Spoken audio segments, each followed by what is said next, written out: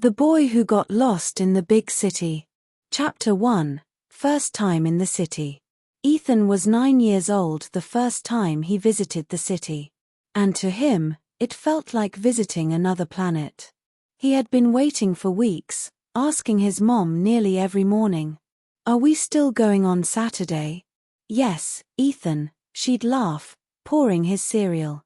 But he always asked again, just in case. That morning, he woke up before the sun. He'd packed his little backpack the night before, snacks, a comic book, and the camera his grandfather had given him. He was too excited to eat much breakfast, nibbling only half a piece of toast while his mother sipped coffee. The train ride itself felt like an adventure. He pressed his nose to the window as the landscape changed. First came the fields, rolling and green, dotted with cows that looked like toy figures from far away.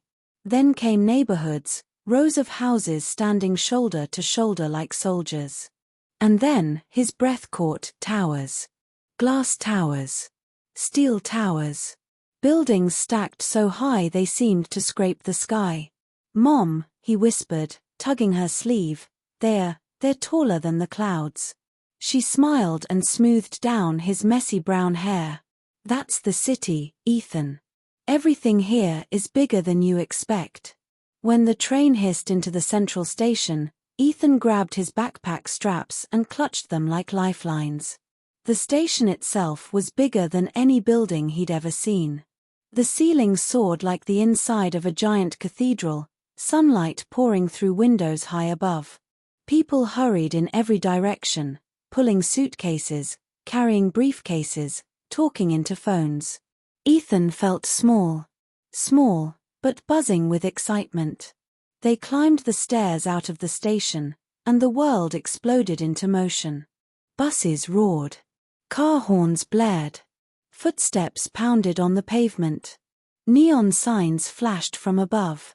A food cart hissed with steam, filling the air with the smell of roasted chestnuts and hot dogs. Ethan squeezed his mother's hand so tight she chuckled. "Don't worry," she told him, her blue scarf fluttering in the breeze. "I've got you. Just stick with me." But his eyes were everywhere, at the drummers pounding on buckets in rhythm with traffic, at the giant billboards that lit up like daylight, at pigeons bursting into the sky in a gray cloud. It was dizzying, it was overwhelming, and it was magical. Chapter 2. The Balloon. They walked down a wide avenue that seemed to stretch on forever. Ethan tilted his head back, trying to see the tops of the buildings, but they disappeared into the glare of the sun. The sidewalks felt like rivers, and Ethan felt like a tiny boat bobbing in a flood of strangers. And then, he saw it. A red balloon. It drifted just above the crowd, bright as a cherry, swaying in the wind between shoulders and hats. Against the gray buildings, it was like a splash of paint on a black and white picture. "Look, Mom." Ethan tugged her hand. "Yes, I see it," she said with a distracted smile. She was studying her folded paper map, trying to figure out which way to go next. "But stay close, sweetheart." But Ethan couldn't take his eyes off the balloon. It seemed alive, like it was waiting for him. It made him think of birthday parties, of clowns in storybooks, of laughter and fun. It felt like a little piece of magic had escaped the sky just for him. The balloon dipped, floated farther. Without realizing it, Ethan stepped forward. Then another step. Then another. The crowd pressed around him, but he kept his eyes locked on that red circle, his small hand slipping from his mother's without either of them noticing. "I'll just grab it quick," he thought. "She won't even know." He ducked under a man's briefcase, sidestepped a woman with shopping bags, and stretched his hand high. But the balloon drifted farther, bouncing up on the breeze like it was teasing him. When he finally stopped and turned back, his heart froze. His mother wasn't there. The blue scarf he knew so well was nowhere to be seen. The warm hand he had been holding only moments before was gone. Instead, there were strangers. Dozens of them. Hundreds. All rushing past, eyes on their phones, conversations spilling around him like waves. "Mom," Ethan said, voice trembling. No answer. "Mom," he shouted louder this time, panic cracking his voice. No one looked. A bus screeched to a halt. A bicycle bell rang. A man argued into his phone. The world kept moving as if Ethan didn't exist. The balloon vanished into the sky, and with it, the little boy's certainty that the city was magical. It wasn't magical anymore. It was huge. Confusing. Unforgiving. And he was lost. Chapter 3: The Crowd. Ethan tried to push back through the sea of people. His head barely reached most of their waists. Bags and elbows jostled him from every side. "Mom," he cried again, voice cracking. "Mom." But the crowd moved like a river, sweeping him in the opposite direction. His sneakers squeaked on the pavement as he tried to plant his feet, but the flow carried him along. A woman bumped his shoulder without looking. A man brushed past, muttering something impatient. Nobody stopped. Nobody noticed the frightened boy calling out in the middle of the chaos. Ethan's chest tightened. His throat ached as tears pressed at the corners of his eyes. But he shook his head. His mom always told him, "You're stronger than you think, Ethan." He took a shaky breath. "Don't cry. Don't cry. She's just around the corner. She has to be." But when he looked around, every corner looked the same. Tall glass buildings. Endless traffic. Strangers who didn't even glance at him. The city, which had seemed like a playground of lights and sound only moments ago, now loomed over him like a giant. And Ethan felt very, very small. Chapter 4: The Search Begins. Ethan stood frozen in the middle of the sidewalk, the world spinning around him. His heart thudded in his chest like a drum. He wanted to run, but he didn't know where. Which way had his mother gone? Had she even noticed he was missing yet? The thought made his stomach twist. Okay, he whispered to himself, gripping the straps of his backpack so tightly his knuckles turned white. "Don't panic. Mom said if I ever got lost, I should stay where I am and wait. Just wait." But waiting in the middle of a rushing crowd wasn't easy. People brushed past without seeing him. A tall man almost knocked him over with a swinging briefcase. A dog on a leash barked at him, making him stumble back. So he ducked into a smaller side street, thinking it might be quieter there. It was, but quieter wasn't better. The narrow alley echoed with the hum of air conditioners and the clatter of delivery trucks. The buildings loomed even taller here, blocking out most of the sky. The sunlight only spilled in thin slivers, and suddenly the air felt colder. Ethan's chest tightened again. "This doesn't look right," he muttered. He walked a few steps, craning his neck to look for something familiar. But nothing looked familiar. The shops were strange, with signs he couldn't even read. The street smelled like oil and garbage, nothing like the cozy bakery he'd passed with his mom earlier. And then the biggest fear hit him. What if Mom went the other way? What if she's looking for me right now, and I'm just making it harder to find me? His lower lip trembled. His eyes stung. He wanted to sit down and cry. But then, from the corner of his memory, he heard his mom's voice again. "If you're ever lost, Ethan, don't be afraid to ask for help. Most people are kind, even if they look busy." So he wiped his eyes with the back of his sleeve and took a deep, shaky breath. "Okay," he said, trying to sound braver than he felt. "I'll ask.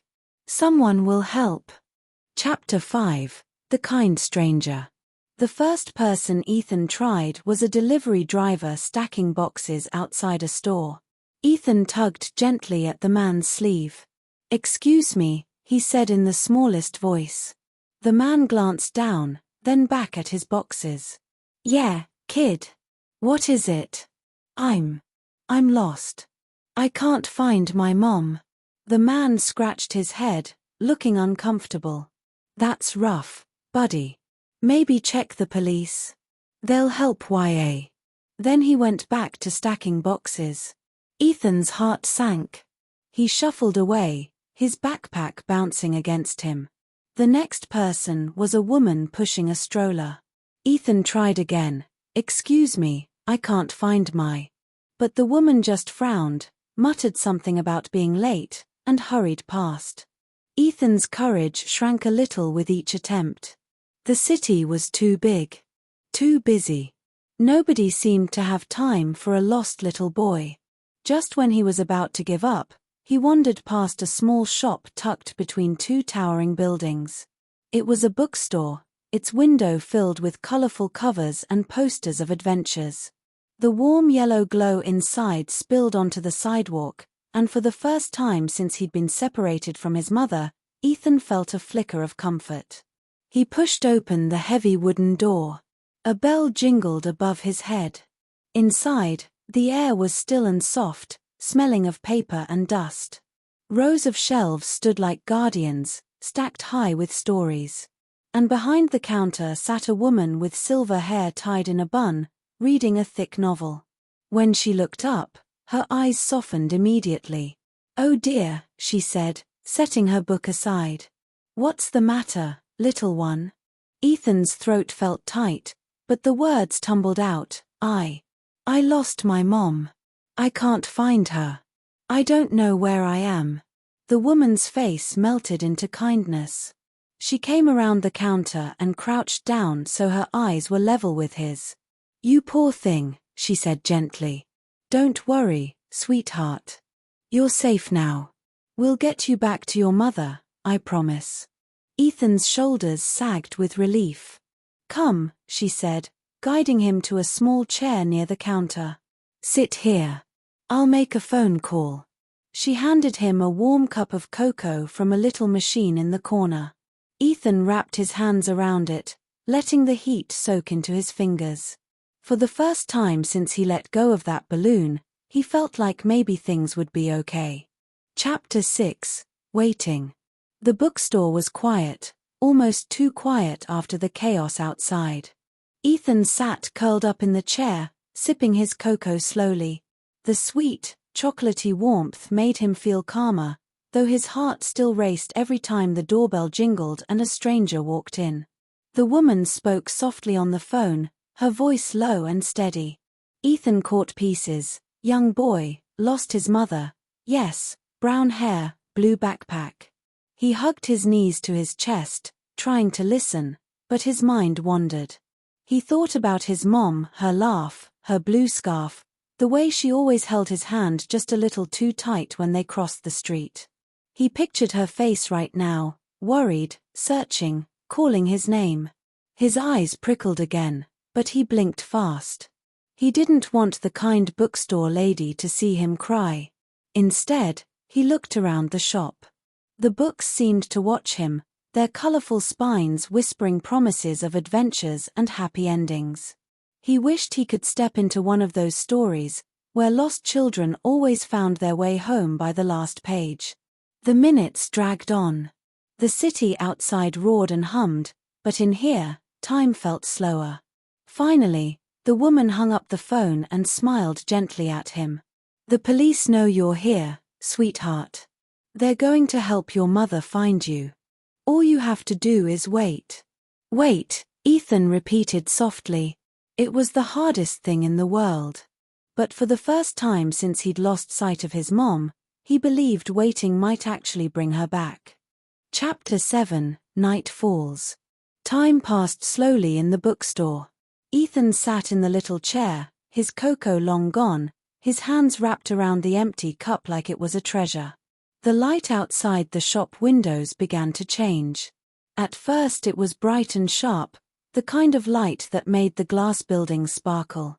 But then it softened, turned golden, and stretched long shadows across the pavement. Soon, the street outside began to glow with lamps, headlights, and neon signs. The city at night was even bigger. Louder. Wilder. Ethan shivered, imagining what it would be like if he were still out there, wandering those glowing streets with strangers brushing past him. He pulled his backpack closer, burying his chin in the straps. The kind woman noticed. She came over, her footsteps soft on the creaky wooden floor. "It's all right, dear," she said. "Your mother will find you soon. You're safe here." Ethan nodded, though his chest still ached. "Do you want to read something while we wait?" she asked, handing him a thin book with a bright cover.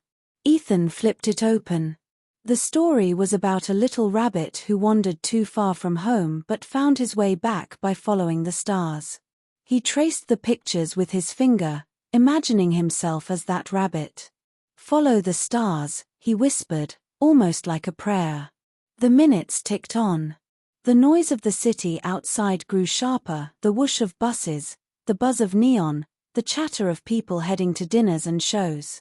Inside, though, everything stayed quiet. Just Ethan, the smell of paper, and the soft hum of the old shop's heater. Still, no Mom. The longer he waited, the more the fear crept back in. What if she couldn't find him? What if she had gone home without him? The thought stabbed at his chest, and he squeezed his eyes shut. But then he heard his mother's voice in his memory again, strong and clear. "I'll never leave you behind, Ethan. Not ever." He held on to those words like a lifeline. Chapter 8: The Reunion. The bell above the bookstore door jingled. Ethan's head snapped up, heart leaping. A shadow filled the doorway. For a split second, he held his breath. What if it was just another customer? But then he saw it. The scarf. The blue scarf fluttering as a woman hurried inside. Her face was pale, her eyes wide, her chest heaving like she'd been running for hours. "Ethan," she cried. "Mom." Ethan's chair scraped back as he bolted across the floor. His sneakers pounded the wood, his backpack bouncing, and then he was in her arms. She scooped him up so tight it almost hurt, but Ethan didn't care. He buried his face in her shoulder, breathing in the familiar smell of her coat, soap and peppermint and home. "I was so scared," he choked out, tears spilling freely now. "I was too," she whispered, her voice breaking. "I thought I'd lost you forever. Don't you ever let go of my hand again." "I won't," Ethan sobbed. "I promise." They clung to each other, the whole noisy world outside falling away until there was nothing but the two of them and the safety of that hug. The bookstore woman smiled warmly, wiping her eyes behind her glasses. "Looks like my job here is done." Ethan's mom turned to her, voice thick with gratitude. "Thank you. Thank you for keeping him safe." "Of course," the woman said. "He's a brave boy. You should be proud." Ethan blushed, pressing his face against his mother's coat again. Brave didn't feel like the right word, he'd been terrified the whole time. But maybe bravery wasn't about not being scared. Maybe it was about not giving up, even when you were. Chapter 9: The Ride Home.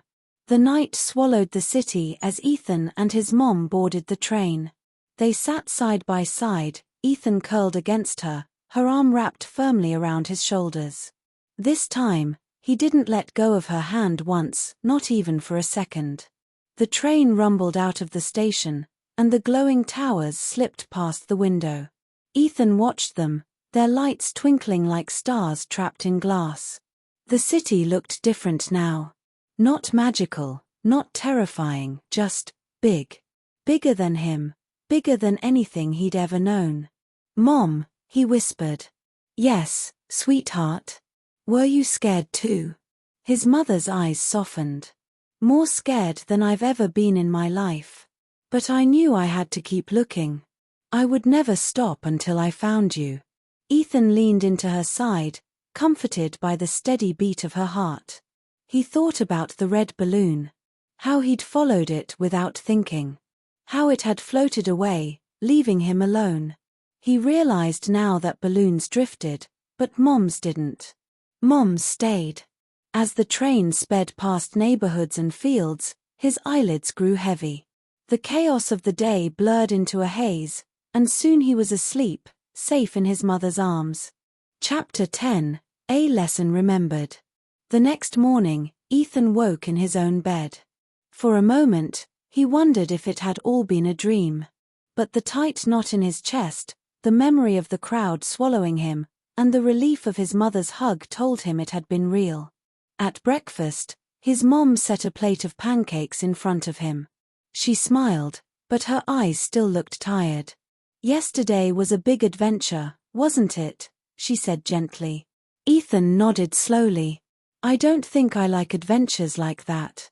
She chuckled softly and reached across the table to squeeze his hand. "Me neither."